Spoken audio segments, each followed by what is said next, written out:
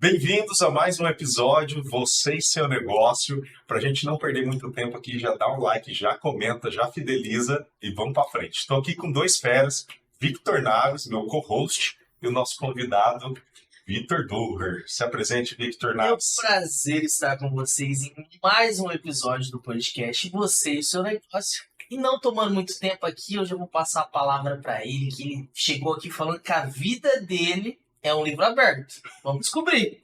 Se presente, meu colega. Bora. Boa noite a todos. Boa noite, mesa. Putz, sempre quis falar isso. Parece que tá assim, parece que eu sou alguém importante sendo convidado. Lembrando que tem gente assistindo de manhã, tá? Então, bom dia, mesa. Boa tarde, mesa. É um prazer estar aqui com vocês. E meu nome é Vitor também, assim como. Então, assim, se o Cleiton falar Vitor, se eu não souber responder, você vai e responde, ninguém vai saber. Depois a gente corta essa parte, se ficar meio ridículo. Mas é um prazer estar aqui com vocês. Obrigado, prazer é nosso. E a gente vai falar um pouquinho de negócio, né? Então, acho que não tem coisa mais gostosa do que fazer isso. É algo que a gente acaba fazendo nos cafés no meio do dia, aí, sentando com o pessoal. A gente também já sentou algumas vezes e conversou. E acho que a ideia é mais ou menos bater esse papo, né? Entender o que está acontecendo. Em negócios, Vitor, apesar de não parecer, mas ele é muito jovem. E já tem... Quantas empresas você tem, Vitor? Conta aí essa trajetória. Como é que você começou? Onde é que você está hoje? Tá, primeiro começa. Quem é o Vitor? Onde você começou? Qual dos, Vitor? Porque daqui a pouco, acho que no meio do episódio, vão ter que contar aí esse easter egg de qual Vitor é, qual fragmentado que eu tô aqui. Mas deixa esse gostinho pro pessoal então falar. Fica aí, pessoal. Vocês já vão saber dessa história. Então, daqui a pouco vai ter, então, o merchan. Aí vai entrar a história para vocês ficarem boa. Mas, então, como que funciona isso aqui? Deixa eu começar a minha história do começo da primeira empresa. Então, quando eu tinha 17 anos, eu quis começar a trabalhar. Por quê? 18 anos, carta de motorista, e eu já sabia, meu pai já tinha avisado que o carro dele é dele. Então, eu não ia poder encostar. Eu falei, meu sonho é dirigir, então eu vou começar a trabalhar para ver se eu consigo comprar um carro. Aí eu comecei, então estava no segundo ano de faculdade, comecei a faculdade com 16 anos, segundo ano de faculdade, tentei achar alguma coisa na área, que estava fazendo engenharia de produção na época, Londrina um pouco mais complicado, que é uma cidade voltada para serviço, indústria não é tão forte, não consegui, mas um amigo meu me chamou para fazer desenvolvimento de site. Então virei garoto de programa. Olha aí. Naquela época. Calma, Vitor, não é esse sorrisinho, né? Não é esse aí. Então eu comecei a desenvolver site. 17 anos, não fazia a mínima ideia que era HTML, que era CSS, o que era WordPress. Mas esse amigo tinha uma agência de marketing aqui em Londrina. Ele virou e falou, cara, tem essa oportunidade, se quiser aprender, tem aqui um curso, você faz, e a gente começa ali, você vai começando a fazer. Aí entrei, 17 anos, comecei, demorei 2, 3 meses para fazer o primeiro site, batendo cabeça, porque era algo totalmente fora, né? Não era nem algo que eu via na faculdade para tentar aplicar, mas batendo a cabeça, começamos a desenvolver, e quando eu fiz 1 ano de empresa, a gente saiu para jantar, eu e o dono, que é um amigo meu, e ele chegou de presente de 1 ano de empresa, ele me deu uma parte da empresa. Então essa foi a primeira empresa que eu participei. Ele te deu de presente? Me deu de presente uma parte da empresa. Aí a gente abriu uma sede lá em São Paulo, que ele mudou para lá. Ficamos mais 1 ano e meio trabalhando junto. E aí, como já estava ali no segundo, terceiro ano da faculdade, eu já decidi que não era isso que eu queria para minha vida, né? Mesmo sendo o empreendedorismo, era algo que eu sempre tive o sonho de fazer, sempre tive o sonho de ter a minha empresa e tudo mais, mas voltado para essa parte de marketing não foi algo que me tocou e que motivou a continuar. Aí eu saí, ele recomprou essa parte da empresa, e aí eu fiquei procurando alguma coisa e apareceu uma oportunidade para ir para a área de tecnologia. Aí eu entrei numa empresa de consultoria voltada para a parte de tecnologia e processo. Aí entrei, mas comecei do beabá. Entrei como vendedor júnior, aí depois 1 ano executivo de contas. O Cleiton sabe bem como que é esse mundo corporativo, cheio das etapas, dos cargos. Então, vendedor júnior, consultor de vendas, executivo de contas, supervisor comercial, coordenador comercial, gerente comercial. Tentei virar para o lado do empreendedor, não deu certo. Isso foi em dezembro de 2022. Quantos anos você estava? Tava com 24 anos. Tá acompanhando aí, pessoal. Vai acompanhando, pessoal. Então, se é 22, eu sei que vocês pensaram que eu tinha uns 30, mas eu vou deixar passar. O problema é a luz, tá, pessoal? Se vocês acharem que eu sou mais velho, é a luz. Então, com 24 anos, fiz aniversário em janeiro, fiz 25 anos, decidi abrir a minha empresa. E aí, tinha o Gabriel e a Lida que trabalhávamos juntos já nessa consultoria. A gente deu a mão um pro outro, chutou o balde e começamos do zero. Você puxou a turma. Na verdade, a turma se puxou junto. Porque quando um falava, não vamos não. O outro falava, não vamos, é isso que a gente quer ter o nosso negócio, a gente quer construir o nosso nome, a gente quer construir a nossa história. Aí ia. Aí o outro, putz, agora eu tô desanimado. Aí puxava. Então, Tô com medo. ficava naquela vou, não vou. Sabe aquela do Mar Vermelho? Abriu o Mar Vermelho, você fica naquela vai, não vai. Se demorar, se o mar ia fechar, a gente tinha perdido. Mas daí a gente puxou junto, entramos de cabeça. Assim, e foi algo que geralmente eu não recomendo, tá, pessoal? Porque não é o jeito mais comum você entrar sem estar estruturado, sem já ter uma carteira de cliente, sem saber como que vai ser a semana seguinte. Mas para nós foi a sensação de pegar um passarinho, jogar de cima do morro e ele aprender a voar ali na queda, porque não tem outra opção. Mas você estava atendendo os mesmos clientes, mesmo mercado? Não. Não, totalmente diferente. Né? Mesmo sendo gerente comercial, o nicho que nós decidimos atender com essa nova empresa não era o mesmo nicho que nós atendíamos com a empresa anterior. Né? Então, é lógico que fica toda a bagagem, fica o networking, fica tudo isso, mas só que não era um network específico para atender. Era um network onde você tinha relacionamento, mas não necessariamente o relacionamento que ia comprar de você. Como chama essa empresa? Isso que eu ia perguntar. Qual é essa empresa? Essa empresa é a LGPD Experience. Que nome. Tem um cara que está atrás dessas telas que vocês estão vendo, dessas câmeras, que puxou esse nome, o cara é fera do nome. Muito bom. Legal, um bom nome. Então essa é a LG Experience, a ideia da empresa é trazer essa experiência e conduzir o cliente numa jornada que seja simples e acessível para a adequação ao LGPD. E falando nisso, Victor, as pessoas estão muito despreparadas, né? Tem empresas aí que nem sabem do que se trata e a coisa é séria. Fala aí de uma forma simples. Então vamos ver se a gente sabe fazer qual que é a nossa missão. Então, a LGPD é a lei que vai tratar sobre como nós devemos conduzir todo esse processo de tratativas de dados pessoais de titulares brasileiros. Tá? Então, é uma lei que vai regir, então ela tem diversas diretrizes e definições sobre como nós devemos manipular os dados pessoais dentro da nossa empresa, seja a nossa empresa pública ou seja a nossa empresa privada. Tá? Então, a LGPD ela vai trazer diversas diretrizes sobre isso. E no frigir dos ovos, a LGPD ela é uma consolidação de diversas outras leis. Então a gente tem o Marco Civil da Internet, a gente tem o Código do Consumidor, que em partes tratavam sobre isso. Né? Então, o que o Legislativo fez? Eles consolidaram essas coisas que eram perdidas e não tinha um corpo para auditar tudo isso. Então, criaram um órgão que vai auditar essas ações dentro das empresas e consolidaram todas essas regras em um só lugar. Né? Então, a LGPD ela vem para isso. Né? E até é bem legal isso que você trouxe, Cleiton, e foi algo que a gente descobriu nessa mudança de chave. Por quê? Antes nós atendíamos só grandes contas, então eram empresas que já tinham, às vezes, até estrutura de governança corporativa. Né? Então, isso não era algo novo. Assim que saiu a lei, essas empresas já foram se estruturar para se adequar. As maiores, né? As maiores, que era quem a gente atendia, né, Vitor? Então, o Vitor, quando você fala em maior, empresa maior, o que é? O que é essa empresa maior? Então, vamos trazer dois indicadores que para nós eram o que separavam os nossos clientes. Então, faturamentos acima de 500 milhões ano ou número de funcionários, porque quando a gente pega empresa de serviço, talvez o faturamento dela não é tão alto, né? Mas se passasse ali de 180, 200 funcionários. Né? Então, isso nós considerávamos que era o nosso mercado consumidor naquele momento, que era o cliente potencial que nós tínhamos.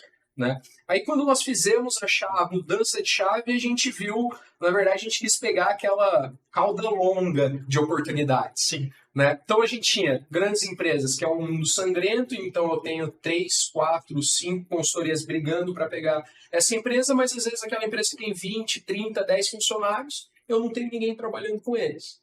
né? Então, a gente falou, ó, vamos nessa cauda longa porque a gente entende que a concorrência vai ser muito menor. Então, a capacidade que nós temos de atender, já atendendo esse grande público, tendo uma maturidade muito grande, a gente pode trazer essa mesma maturidade para o cliente pequeno. Então, esse foi o foco. A acessibilidade é exatamente essa. É traduzir esse nível de maturidade que muitas vezes no Brasil é só trabalhado nas grandes empresas para o médio e pequeno empreendedor.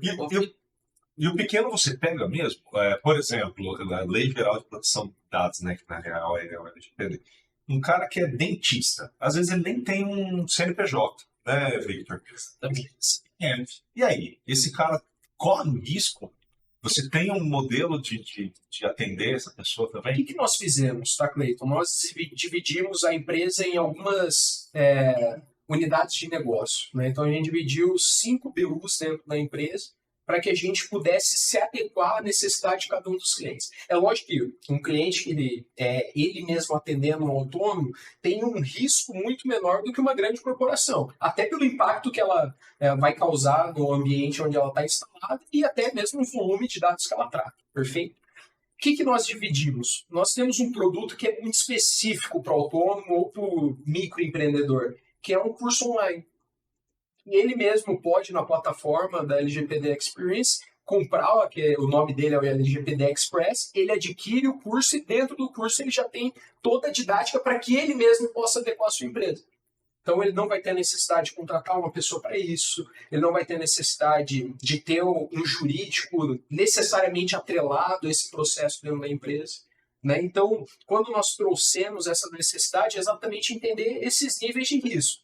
Né? Porque negócio é isso. Então eu tenho um risco, eu vou entender se eu assumo esse risco fazendo uma adequação ou se eu mantenho do jeito que está e esse risco vai vir. Né? Então, quando nós desenvolvemos esses produtos, então nesse caso que você trouxe do dentista autônomo, então qual seria o produto mais adequado a ele? Seria esse produto digital, onde em 30 dias ele já vai ter toda a estrutura, desde conceitos da lei até aplicações práticas no dia a dia, para que ele possa utilizar esses documentos. Então, dentro do curso, nós temos o inventário de dados pessoais, que é um modelo onde ele pode entender os processos internos dele, entender onde tem dado pessoal, e nas aulas subsequentes ele já vai ter o material para aplicar dentro desse inventário de dados pessoais, para que ele possa reduzir o risco dele. Né? Então, são atitudes simples. Nós fizemos uma conta. Então, se a pessoa que está adequando, seja ela funcionário ou o próprio microempreendedor, se ele investir 2 horas por dia, em 30 dias ele adequa a empresa dele LGPD.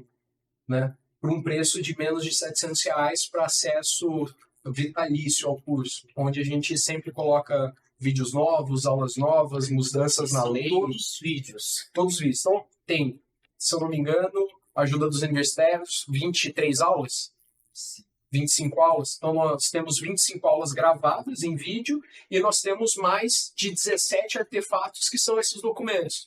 Então, política de anticorrupção, política de ética, código de conduta. E tem alguma coisa na lei para mudar? Tem alguma coisa aí que está tramitando? Tem muita coisa que ainda está sendo definida como vai ser analisada. Eu vou trazer um exemplo muito claro para que a gente possa discutir. Primeiro, que está sendo analisado. Qual que é o porte da empresa que realmente precisa se adequar? Hoje, a lei vai relacionar todas as empresas de direito público ou privado. Mas já está sendo tramitado uma avaliação de qual que é o porte dessas empresas públicas ou privadas. Então, será que esse caso do dentista, que é um microempreendedor que às vezes não tem nenhum CNPJ, precisa se adequar? Hoje, a lei fala que sim, mas está sendo analisado se vai se permanecer dessa maneira. Um outro caso, existe uma base legal que é o legítimo interesse. A lei vai trazer isso como base legal, vai dar uma explicação sucinta, mas essa interpretação do que é o legítimo interesse até onde ele se aplica ainda não está bem claro. Então, nós dependemos tanto de decisão do juiz quanto de uma nova revisão desse processo dentro da lei para definir muito claramente o que é. Então, todos esses casos ainda é necessário que você tenha o conhecimento do conceito, que você entenda como isso vai ser aplicado na sua empresa e, principalmente, a gente não tem... isso eu deixo muito claro até no treinamento que a gente passa para as empresas. Essa lei parece que ela foi escrita pensando no jeitinho brasileiro. Então, no artigo 1º, quando vai falar os dados tratados por pessoa jurídica de direito público ou privado, inclusive nos meios digitais. Precisava falar inclusive? Talvez, se fosse qualquer lei, eles só iam falar dos dados. Mas parece que dá aquele sentimento, não, deixa eu colocar que é inclusive nos meios digitais, para ninguém falar que isso é só dado pessoal que está impresso, que você anotou numa agenda. Sim. Então, você vai perceber por toda a lei que ela tem esses pontos que foi pensado para fechar todas as arestas relacionado ao tratamento dos dados pessoais. Vitor, e vamos lá. Não, volta, né? Não, eu ia começar a fazer a pergunta, gente. Ô, Vitor, e vamos falar agora em questão de dificuldade. Por quê? É muito mais fácil você ter uma empresa de 200 funcionários, uma empresa que fatura 500 milhões no ano, você colocar eles para se adequarem a essa nova lei. Agora vamos pensar. A lei ela é geral. A lei ela abrange todo tipo de empresa pública ou privada. Ok, até aí tudo bem. Inclusive meios digitais. Tá, é isso, né? Tá, beleza. Agora vamos pensar no pet shop, que nem um funcionário. Perfeito. Vamos pensar na loja de roupa, que tem 2 vendedoras. Qual que é a dificuldade de colocar para essas pessoas que ela tem que se adequar a isso? Perfeito. Eu já falei aqui e eu vou continuar batendo na tecla. É o risco. Que risco? Né? Então, nós temos um risco que é os riscos das multas atrelados à lei, que é 2% do faturamento, proibição total ou parcial das atividades relacionadas ao tratamento de dados, uma publicização dessa infração, tudo mais, beleza. Esse é o risco diretamente ligado à lei. E já houve alguma aplicação dessa multa? Já houve aplicação da multa da LGPD, mas aqui é o ponto onde vai diretamente nessas pessoas. O que aconteceu? A primeira aplicação de multas relacionadas à LGPD das sanções que estão previstas na lei foi esse ano. Nossa, mas não começou em 2020? Sim. Então, o que eram essas multas que estavam acontecendo até esse ano? Eram multas relacionadas a danos morais. E aí que está o risco. Não sei se vocês lembram no passado, várias pessoas que ganharam muito dinheiro abrindo processo civil contra empresas para ganhar danos morais. Vocês lembram dessas situações que aconteceram no passado, com bancos, empresas de telefone e tudo mais? Hoje nós temos uma brecha para essas empresas também receberem esse tipo de processo. Por quê? Pensa comigo. Então, se eu tenho algum meio de comprovar que esse pet shop, essa loja de roupa, esse dentista fez uso dos meus dados de maneira errada, né? Então ele tratou de maneira errada. Se eu abrir um processo com essa comprovação, como que o juiz não vai dar causa ganha para mim? Vitor, para o pessoal entender, o que é tratar de forma errada? Então vamos lá. Simplifica para o Vamos simplificar porque talvez não fica claro. O que é tratamento? Então, eu vou trazer 2 conceitos que são base para a gente entender o que é LGPD. Primeiro, dado pessoal. O que é dado pessoal? Dado pessoal é toda e qualquer informação que leve à determinação de um titular, que somos eu e você, de maneira direta ou indireta. Maneira direta, nome. Se eu tenho Victor Naves, eu consigo chegar a você? Maneira direta. Se eu tenho teu CPF, Victor, consigo chegar a você? Cleiton, se eu tenho o teu endereço, eu consigo chegar até você? Consigo determinar quem está por trás desse endereço? Sua data de nascimento também? Data de nascimento? Talvez não. Não. Mas se eu tiver sua data de nascimento e o seu nome? Sim. Sua data de nascimento e a sua cidade e o seu nome. Então, tudo que eu tenha de informação que eu consiga determinar um titular, isso é um dado pessoal. Então, a lei vai trabalhar em cima desses dados. Perfeito? A gente já sabe o que é dado pessoal. E agora, o que é tratamento? Estou falando tratamento para cá, tratamento para lá. Tratamento é toda e qualquer operação que é realizada com esse dado. Então, vamos começar do começo. Armazenamento, coleta, recepção, classificação, difusão, compartilhamento, venda, exclusão, controle da informação ou avaliação de informação. Então, toda e qualquer ação que eu realize com um dado pessoal, então o simples fato de eu ter uma agenda onde eu tenho nomes de pessoas, nomes de clientes, com telefone, talvez endereço, CPF, armazenado dentro do meu carro, dentro do meu escritório, eu já estou tratando esses dados pessoais. Se eu tenho um sistema onde eu anoto todos os clientes que passaram por mim, ou eu armazeno aquelas notas fiscais, ou eu tenho um CRM onde tem informações dos meus clientes, mesmo que eu não compartilhe com terceiros essa informação, mesmo que eu não venda, mesmo que eu não poste nas redes sociais, o simples fato de eu ter isso armazenado já é um tratamento de dados pessoais. E essa ação já deve estar de acordo com a lei. Então, vou dar um exemplo no caso do Pet Shop. Então, o Pet Shop tem um clube ali de filiados que a cada 10 compras eles ganham R$20 de cashback, por exemplo. E eles vão anotando isso aí. Então, eles têm lá um sisteminha ou uma planilha de Excel que eles vão anotando os nomes dos clientes. E, por algum acaso, um cliente deles descobriu isso e esse cliente nem sabia que existia essa planilha. Então, ele não tinha informação de como os dados dele estavam sendo tratados. E isso quebra um princípio dentro da LGPD, que é a transparência. E, então, essa ação de armazenar esses dados está irregular. Aí esse cliente vai, faz uma denúncia e abre um processo contra esse pet shop. O que acontece? Pode ter uns danos Ô, Vitor, às vezes me ligam lá, operadoras de telefone. Ah, e como é que você chegou até mim? Ah, recebi uma lista aqui e estou ligando. Eu tenho como questionar isso, entrar com uma ação contra isso? Eu ia falar, é listinha telefônica. Existe ainda? Não, a lista não, né? Igual aquelas que tinha da A cidade. lista amarela. Tá, tudo bem. Não, tudo bem. Mas ela ainda existe. Tem ela, sei lá, até meados de 2018, ela existia. Vamos pensar nisso. A lei, ela só pega pra frente. A lei, ela é retroativa. Exatamente. Então, se você tem dado que foi armazenado em 1980, que ele foi coletado em 1980, e pensa comigo, se você tem armazenado, você está tratando hoje também. Sim. Então, dificilmente a gente vai ter um caso que seja só retroativo. Porque se você está armazenando ou manipulando esse dado, você está tratando o dia de hoje, mesmo que ele foi coletado em 1980. Então, também entraria nesse caso. Mas a gente tem um ponto que é, dados públicos não entram nessa situação. Tá? Então, se eu tenho um dado público, ele... Sei lá, se eu coloquei o meu nome no Instagram com o meu telefone, pronto. Meu telefone é público. É público. Porque você compartilhou isso, né? Então, esse é o caso. Agora, se alguém te liga, eu recebi semana passada uma ligação de uma instituição de ensino que eu nunca me cadastrei, não faço a mínima ideia do que é, e eles me ligando.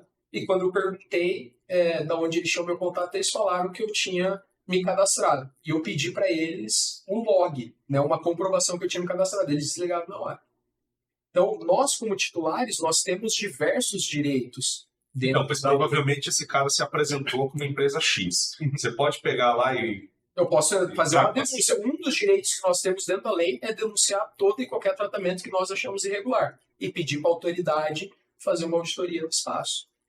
Então, você tem essa autonomia. Mas a gente tem uma autonomia para entrar com ação. Então, se você consegue, de alguma maneira, comprovar que aquilo estava errado, você também tem autonomia para abrir uma ação. Legal. E isso, esse é o maior risco para essa pessoa. Porque nós vimos casos de danos morais de R$387 até cenários de 5, 6 mil reais de danos morais. E nós entendemos que isso pode se tornar um mercado para as pessoas que talvez não tenham a melhor intenção à hora de consumir um serviço. Né? E muitas vezes pequenas mudanças dentro da empresa, e é aí que a gente vai trabalhar o risco.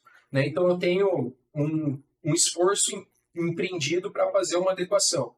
Se esse esforço é menor do que o risco que eu tenho caso eu não faça, aí faz sentido adequar esse pequeno empreendedor. Um curso online onde a pessoa, ela mesma pode se adequar, investindo 2 horas durante 30 dias, compensa quando ela coloca na ponta do lápis esse risco que ela tem ao tratar errado os dados dos clientes. Eu gosto de risco, né? Eu vendo seguro de vida, né? Então é muito mais fácil você conter o risco do que ficar remediando. Né? E qual que é o diferencial? Se fosse falar, qual que seria o diferencial para essa empresa?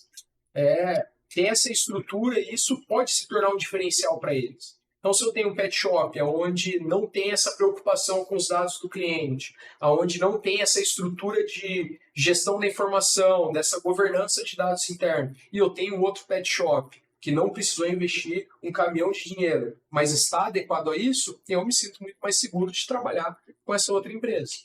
Né? Então, quando a gente pensa nesse cenário, a cultura da privacidade, a cultura da segurança, a cultura de governança corporativa dentro da empresa, e a governança corporativa não é só para a empresa que tem 1000 funcionários, ela pode ser aplicada numa empresa que tem 2. Lógico, e de maneira muito mais simplificada, mas ela também pode ser aplicada, né? Então, esses são um dos diferenciais que a gente tenta trazer com essa solução, né? E assim, uma empresa que tem 2 funcionários, vamos levar o pet shop como exemplo, que a gente já está por exemplo. O custo desse pet shop para ter o produto, se ele não fosse de forma online, se não tivesse o custo por horas por dia, então nem o dentista teria, nem o pet shop. Isso oneraria muito o custo da empresa para ela se adequar? Porque assim, o que hoje, por exemplo, contador, tá? Várias empresas que vêm, que elas são de porte menor, elas pensam em crescer só porque elas pensam muito em custo. A gente teve a era do e-social, que foi uma luta para se adequar, entendeu? Começamos em 2016, terminamos hoje, em 2023, tá? Tô terminando agora. Então a gente pensa que vem mais uma adequação. Quando você fala isso para o empresário pequeno, ele fala, vou fechar, não aguento, eu não aguento.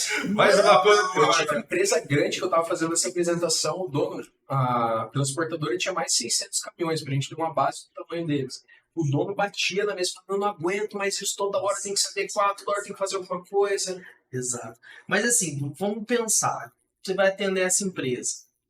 Qual seria um custo? Seria significativo? Ou seria Sempre. uma coisa que, no pensamento, assim, olha, você vai ter esse custo aqui, é uma segurança, e é uma coisa que não vai ter esse custo para sempre, ou ele é recorrente? Não, ele não é recorrente. A adequação à lei, todas as adequações que nós fazemos, nós criamos uma autonomia para o cliente continuar isso. Porque não adianta eu adequar isso, não ensinar ninguém, porque isso vai se perder muito rápido. Né? Mas sempre quando a gente senta com o cliente, eu vou fazer o cálculo do risco que ele tem. E isso vai ser traduzido em dinheiro. E a gente vai construir um cronograma, a gente vai construir uma adequação que se enquadre nesse risco. Porque se a gente chegar num denominador onde o risco é melhor, ele vai ficar com isso. Então, é caso a caso. Toda hora a gente vai sentar e a gente vai ser muito transparente com o cliente. Ó, o risco potencial é esse, o custo que nós temos é isso, então esse projeto vai se pagar em X meses. Esse é o nosso modelo de consultoria. Não é uma fórmula onde eu vou chegar e vou obrigar o cara a fazer. É por isso que eu até pergunto, eu questionei a dificuldade, tá? Porque eu penso muito como contador e a dificuldade que a gente enfrentou numa implantação. E ela levou muito tempo. Então eu imagino como que deve ser a questão de conversar com empresas menores, de menor porte, um funcionário, talvez nem tenha funcionário, seja só uma coleta de dados ali de clientes. Então, assim, imagina a dificuldade que seja para criar tudo isso. Então, tem que ser uma empresa muito bem estruturada para isso. Tem que ser criado um método muito bom. É lógico que, conforme maior a empresa, esse ROI vai caindo exponencialmente. Né? O tempo de retorno do cliente na execução dessa consultoria é muito mais rápido para alguém que tem um risco muito maior do que alguém que tem um risco muito menor. Né? Até por isso que a gente criou o curso online. Porque o ROI acaba se dando no curso online para quem é microempreendedor. É um trabalho muito de conscientização, né, Victor? É igual eu faço. Então, o meu seguro também, ele tem diversos valores para diversos riscos, para diversos tamanhos de patrimônio e assim vai. Acho que, é a mesma coisa, dependendo de cada business. Victor, sim, mas vamos pensar em aceitação hoje. Sei lá, a cada 50 clientes que você tenta captar ali, apresentar um projeto e tudo mais, que sejam de porte pequeno, vamos pensar de 10 funcionários para baixo, tá? Quantos realmente têm interesse em conhecer ou parar, vou escutar o Victor falar, vou marcar uma reunião? Cara, depende de um ponto que eu imagino que o Clayton deva passar. A gente precisa evangelizar o cliente nesse ponto. Porque não é algo que você liga e fala, cara, quero fazer uma apresentação de LGPD, eu quero apresentar meu produto de LGPD para você. Não é algo que está na cabeça... Vou fazer um merchan aqui de mentoria de vendas, hein? Existe técnica para você conseguir sentar aí para... Porque qual que é o ponto? Porque qual que é o ponto? Para eu chegar no ponto de apresentar um produto para o cliente, antes eu tenho que apresentar do conceito de o que é a lei. Então, não é algo que ele já conhece. Não é algo que ele já sabe o risco, não é algo que ele já sabe as multas. Então, antes de eu chegar numa proposta, eu tenho que evangelizar ele nesse ponto. O valor, eu acho que é o valor é a última conversa. A palavra que você dá na mesa. Então, você apresenta o que é a lei. Talvez numa segunda conversa, você vai vir com a proposta para ir ele entender. Então, dificilmente eu vou ligar para o cara no primeiro telefonema e ele já vai saber, eu já sei quais são os meus riscos, eu já sei quais são os processos que eu trato dado, eu já sei quais são os dados pessoais que tem dentro de casa. Isso a gente não pegou nenhum caso de empresas nesse porte que já tenham esse mapeamento. Então, daí cai num processo anterior, onde a gente vai apresentar qual que é o conceito da lei, apresentar quais são os riscos, fazer uma análise numa reunião mesmo de apresentação do que é a empresa dele, quais são os pontos que possam ter uma adequação, para a gente chegar na segunda reunião onde eu vou apresentar a proposta. Então, eu tenho um passo antes. Então, eu evangelizo, explico, apresento o risco, para na segunda reunião chegar a proposta. Não aconteceu nenhuma vez. No cliente, nesse pódio, a gente chegar a proposta na primeira conversa. Vitor, eu vi que você falou que vocês não têm a questão venda de ligar para o cliente e apresentar. Como que é a forma de prospecção? Vou perguntar a forma de prospecção por quê? Aí tem gente que vai estar assistindo nós, que tem a mesma profissão que você, pode se espelhar em você e ver o seu negócio como um espelho para ele seguir o dele. Como que funciona a prospecção uma vez que você não liga para o cliente? Você não visita, talvez não sei, tá, essa parte. Você não visitaria o cliente. Ele chega para você através de indicação, é network, é marketing digital, é propaganda, é vídeo. Como que faz para chegar nesse cliente? Nós temos dois caminhos que andam paralelos. Não é uma bifurcação onde a gente vai por um ou por outro. O primeiro é marketing digital.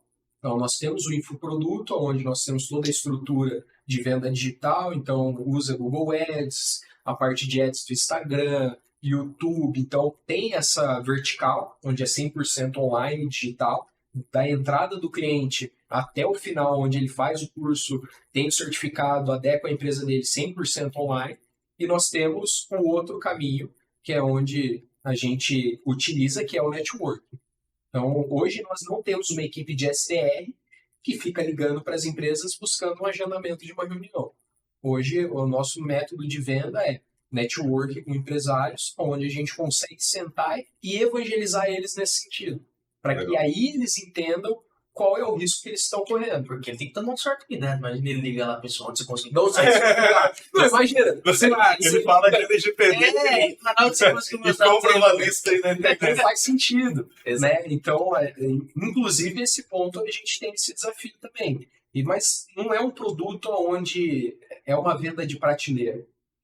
É conscientização sob medida. Eu sugiro, né, que os empresários procurem aí o Vitor e tentem avaliar, né, se faz sentido no business dele ter ou não ter. E qual dos E qual o produtos, tamanho da adequação que ele precisa, né? E assim, eu acho que esse segmento ele vai crescer mais. Vamos pensar em 2020, foi quando ele foi isso? Foi em 2018 feita a lei, em 2019 ela foi prevista para início da sanção em 2020. E aí em 2020 ela começou ali. Vamos pensar em questão de lei. Ela, em 2026, ela vai estar explodindo aí. Colocar a questão aí de 6 anos, 5 anos, 2025. Vai ser a explosão de tudo. Vai começar a aparecer multa. Leva muito pela contabilidade. Toda lei que sai na contabilidade, entrega e tudo mais, aparece as multas depois de 5 anos. Porque a Receita segura, depois de 5 anos ela fala, meu amigo, 2018 estava me devendo. Você lembra disso? Não lembro. Fez errado. E é o que vai acontecer com isso. Aí vai ser o boom da profissão. Até a pulverização, né? Hoje a gente tem a NPD, que é a Autoridade Nacional responsável pela avaliação dos processos de proteção de dados pessoais dentro do Brasil. Hoje ela é federal, né? Já está em tramitação para que ela seja estadual.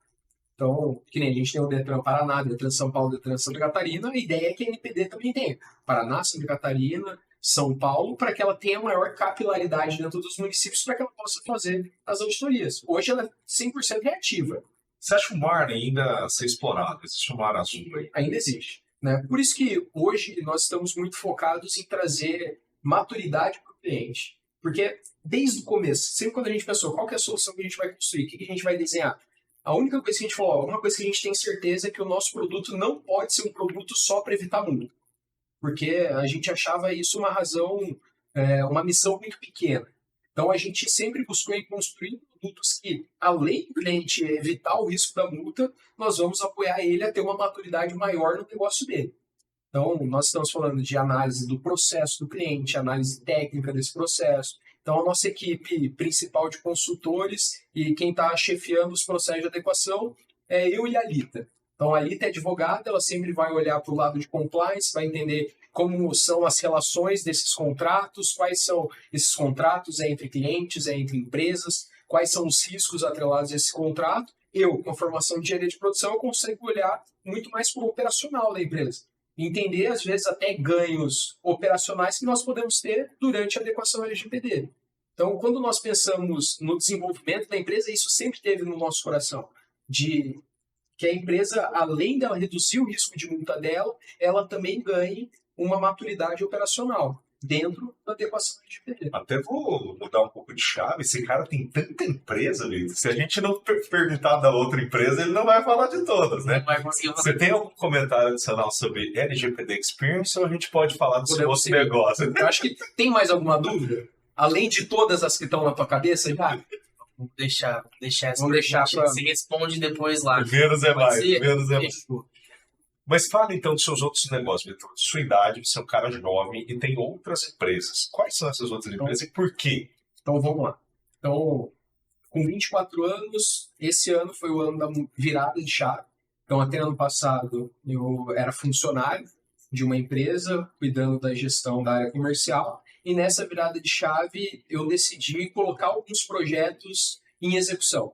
O primeiro é LGPD Experience, que já era um produto que nós atendíamos nessa outra empresa que a gente trabalhava para, né, atendendo como funcionário. Decidimos criar o produto e seguimos. A outra empresa é a Stacker, que é uma consultoria voltada para a gestão de processos financeiros e comerciais. Então, estruturação de empresas, desde o desenho estratégico até o desenvolvimento operacional dessa estratégia, né? Então, essa é uma consultoria, isso totalmente mais voltado para a minha área de formação, né? Então, aplicação de metodologias ágeis, aplicação dessa estruturação de processos em todas as áreas da empresa, não só na área produtiva, mas na área administrativa, financeira, comercial, RH. Então, para que a gente possa trazer indicadores da empresa como um todo. E tem um tamanho, um nicho de empresa, de mercado? Essa é totalmente, não tem um nicho específico. Hoje, nós trabalhamos mais com médias e pequenas para que a gente possa trazer um resultado num espaço de tempo menor, né? A Stacker hoje, nosso maior cliente é um porto, perto de Paranaguá, então é um cliente grande, mas, ao mesmo tempo, nós atendemos um estúdio de dança que tem 6 funcionários. O mesmo escopo, atende essas duas empresas. Mas são o que nós definimos como nicho? Na verdade, é o momento da empresa. É um momento onde a empresa está passando por mudanças e ela precisa estruturar o processo dela para que ela possa escalar esse processo. Então, seja com 5 funcionários ou seja com 500 funcionários, eu sei que todas as áreas vão estar seguindo da mesma maneira. Então, essa é a Stacker. Então, a gente faz desenho estratégico até estruturação de processo. E a última empresa que eu abri esse ano, que daí não tem nada a ver, então nós somos de 2 consultorias, LGPD processo até ela se relacionam. O que será que vai... Pessoal, não tem nada a ver com essas duas aqui. Já são um pouco diferentes. É uma empresa focada em geração de crédito de carbono para áreas de produção rural. Então, não sei se todo mundo já ouviu falar, ou é aquela coisa, eu vi num jornal, eu vi falando, mas a nossa empresa, ela faz todo o processo, desde a certificação, então a emissão do título de carbono, até a venda desse título, seja para fora do país, ou seja em mercado nacional. Explica um pouco mais, dá para explicar? Acho que vale a pena a gente falar o que é o mercado de carbono. Boa. Né? Então, o que é o mercado de carbono? Hoje nós temos 2 mercados vigentes no mundo. O primeiro é o mercado de exchange. O que é esse mercado de exchange? Então, vamos pensar na União Europeia, que é o mercado mais antigo. Né? Então, a União Europeia ela define alguns tetos de emissão de carbono por setores econômicos. Então, eu tenho automotivo, eu tenho metalurgia, transporte, energia. Então, cada um desses setores econômicos vão ter um teto de emissão por ano. Dentro desses setores, é dividido para as empresas proporcionalmente quanto elas podem emitir no ano de carbono. Perfeito? Quantas toneladas por ano elas podem emitir. Se eu, como indústria, emito abaixo do meu limite, eu posso pegar essa gordura e vender para outra indústria que emite a mais do que o teto dela. Por isso que chama mercado de exchange. Eu pego a minha gordura e troco para uma empresa e essa empresa me paga. E qual que é o mercado que nós fazemos parte? Nós fazemos parte do mercado voluntário de carbono. Por que voluntário? Porque a gente não tem nada a ver com esse processo, então nós não somos indústrias, nós não estamos na União Europeia ou nos outros países que têm limitação de emissão de crédito de carbono, mas nós temos uma área de preservação, onde essa área de preservação ela consegue sequestrar carbono da atmosfera e a gente consegue pegar esse carbono que é sequestrado da atmosfera e vender para essas empresas. Então, qual que é a ideia do mercado de carbono voluntário? É remunerar aquelas pessoas que têm uma área de preservação, de maneira que essas pessoas que hoje têm área de preservação mantenham isso e, se possível, até aumentem essa área de preservação. Então, o nosso trabalho está focado no mercado voluntário de carbono. E o que a nossa empresa faz, então? Então, nós temos uma metodologia própria, onde, via satélite, nós fazemos o monitoramento dessas fazendas que tenham a reserva ambiental e calculamos quanto essa fazenda sequestrou no último ano. E, a partir desse cálculo, nós conseguimos emitir o título da safra do ano avaliado. Tendo esse título, nós podemos ir ao mercado, vender esse título de carbono e poder remunerar o produtor rural sobre essa área de preservação que ele tem.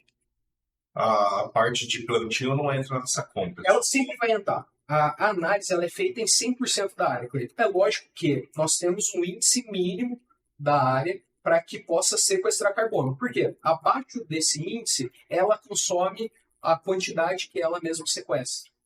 Tá? Então, não é passível de emissão de títulos extra em essas áreas, que é, por exemplo, o pasto. Né? Então, eu tenho ali um pasto só com o gramado e tudo mais, ele tem uma densidade muito menor do que uma mata virgem.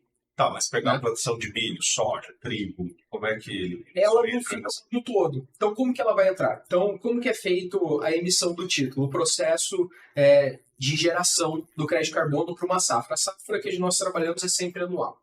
Perfeito? Então, a gente começa lá dia 1º de janeiro. Nós coletamos via satélite todos os indicadores da área. Então vai ter... Como faz essa coleta de indicadores? Nós adquirimos essas imagens de satélite. E eu falo imagens só para ficar mais fácil, tá? Mas, na verdade, são espectrômetros que nós compramos de satélites da União Europeia e da Agência Espacial Europeia.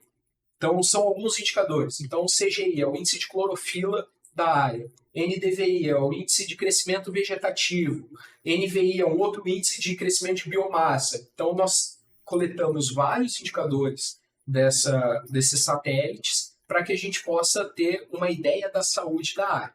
Isso eu estou falando da fazenda como um todo, até considerando. Então, vamos pensar lá, em janeiro. Então, em janeiro, a soja já está começando a maturar, então já tem ali uma altura boa. A gente vai ter uma quantidade que toda a área ela tem uma plantação. Perfeito? Aí vai chegar lá em abril, eu vou ter a safra. O que vai acontecer onde tem a soja? Vai virar terra nua. Aí vai ficar 30, 40 dias praticamente só a terra. Então, aquele indicador que eu tinha de toda a fazenda vai reduzir basicamente para zero na área produtiva. Aí ele vai plantar a safrinha. Aí eu tenho mais um período onde vai estar brotando o milho. Aí ele vai ficar lá mais 30, 40 dias em um ponto onde ele consegue sequestrar carbono e retirar esse carbono da atmosfera para que a gente emita título. Mas depois eu colho a safrinha agora em outubro, o que acontece? Vai lá para baixo de novo. Aí ele tem esses altos e baixos. Como que é feito o cálculo? Nós fazemos uma média do ano. Então, quando tem, vai jogar para cima a média. Então entra na conta. Entra na conta. Só que eu não posso considerar que em janeiro, o cenário de janeiro é o do ano. Na verdade, não é um número exato, é uma aproximação. É uma somatória. Então, mas me parece que não tem por que não fazer. Não tem por que. Por que não é todo mundo que faz? Por que isso não é tão comum? O que acontece? Até o processo para a gente entender aonde que esses títulos são emitidos. O Dilmer está aqui com a gente. Dilmer, na Bovespa tem título de carbono para compra e venda? Não tem, né? Na Dow Jones? Na Nasdaq?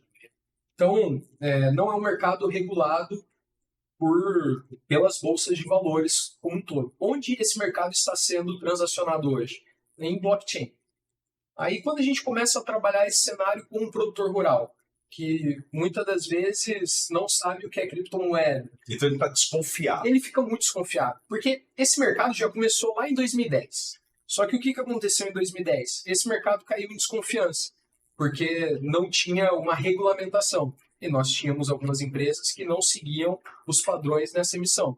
Aí esse mercado caiu em desconfiança e nunca mais foi trabalhado. Aí, a partir dessas novas metodologias, via satélite, que a gente garante que a área existe, que essa área tem as produções que estão sendo consideradas no título e tudo mais, a transação é feita em blockchain, então a gente tem uma rastreabilidade completa da onde o título saiu, quem adquiriu, quando isso foi utilizado, então não tem duplicação, a gente consegue fechar todas as arestas que foram abertas no passado. E hoje a gente consegue garantir a confiança nesse mercado. É por isso que a gente consegue trabalhar só hoje. E aí, mercado diferenciado. é o mercado diferenciado e voltamos na questão da conscientização, né? Você está bem inserido, tem que conscientizar para Pessoal para isso. Então, você usou o termo evangelizar. eu tenho que evangelizar. Eu voltei, a gente estava conversando, né? Eu voltei hoje de uma visita feita lá no Paraguai para um produtor rural, onde uma reunião que... Quanto tempo você gasta, Cleiton, numa reunião para apresentar? Eu quebro muito gelo, né? Mas a reunião propriamente dita é 15. A gente ficou 2h30 conversando sobre o processo para explicar. Então, por que não fazer? Simplesmente por desconfiança. Por não conhecer, às vezes, ninguém que fez. Por falar, se cobrar, por exemplo, eu tenho a desconfiança. Tem a terra fácil, beleza, eu tenho crédito de carbono lá pra gente, beleza. Só que assim, para você, a gente não sabe se tem, né? A gente imagina que tem. Para você emitir isso, você cobra algum serviço antes ou fala assim, se eu vir nessa terra, fazer as análises, mas tiver o título de carbono, te passa o valor que aí cobra uma porcentagem sobre. Eu não sei quanto o pessoal vai estar vendo esse podcast. O modelo hoje de 2023, o produtor ele não entra com R$1 no projeto. Nós assumimos todos os custos da aquisição das imagens, elaboração de todo o dossiê da fazenda, e o nosso ganho é em cima do realizado. Então, uma parte do realizado fica conosco e a outra parte fica com o produtor. É o advogado que cobra pela causa ganha. Pela causa ganha. Então, assim... Vitor, a gente está finalizando aqui, infelizmente. Mas gostaria de ver, né, você, quais são os seus planos futuros? O que o Vitor Dunker está planejando aí? Vai ter mais empresas? Quer crescer essas? Conte um pouco. Os meus planos para o futuro. O meu sonho sempre foi criar um legado e construir empresas que trouxessem retorno para quem adquire delas. Então, desde quando nós desenvolvemos um produto de LGPD, é voltado para a lei. Não, mas o cliente tem que ganhar alguma coisa com isso. Eu tenho que solucionar uma dor. Quando nós desenvolvemos a Starter, nós queremos solucionar uma dor que o cliente tem. Quando a gente desenvolveu o processo de crédito de carbono, o produtor rural ele tem uma dor gigantesca, que é manter aquela área de preservação que, além de não gerar receita, gera custo para ele. Então, eu quis solucionar dores através de empresas. Então, o meu plano para o futuro, não sei se vai ter mais empresa, se não vai, se eu vou crescer essas que estão hoje só, mas o meu plano para o futuro é continuar solucionando dor. Porque eu entendo que esse é o meio de criar um legado. Né? E projeto pessoal, eu tenho um projeto meu que é construir uma agência de missões cristãs no mundo. De gerar receita através dessas empresas para construir uma agência de missões para sustentar missionários no mundo todo. Então, eu soluciono dores para, no final, eu poder sustentar essas missões no mundo. Hoje, meu projeto de vida é, através das empresas, poder criar essa agência de missões. Esse é o meu plano de vida hoje. Sensacional. Bom, faz o seguinte, então. Dê alguma dica para aquela câmera, para quem está empreendendo, iniciando, você que é um cara jovem, saiu recentemente, né, de um CLT para empreender. Quem está querendo transicionar da carreira, ou mesmo quem quer sair ali direto do... Meteu o louco, chutar o pau. Tem coragem. Qual é o conselho que você dá para essa galera aí? Nessa aqui? Nessa aí. Então, Bora lá. falando com você. Se você está pensando que talvez o que você faz não é reconhecido, ou que você poderia fazer muito mais com a capacidade que você tem, ou você quer ajudar pessoas, ou você não se sente pertencente do lugar que você está, empreender, no meu entendimento, é o caminho onde você constrói a sua jornada. Então, não se apegue à CLT, não se apegue naquele dinheiro pingando todo mês, porque a tua capacidade é que gera esse valor. Então, se você tem um sonho, corra, busque. Todo mundo passa por problema, todo mundo tem dificuldade, mas saiba que se você tiver um sonho e se você perseguir ele todos os dias, você vai alcançar e vai chegar em algum lugar. É isso. Maravilhoso! Mais alguma coisa? Da minha parte, está finalizado. Cara, Perfeito. parabéns. Obrigado, gente. Obrigado. Obrigado, As ações, comentam, dê Compartilha. like, compartilhem. Muito. Compartilhe Um muito. abraço. Valeu, gente.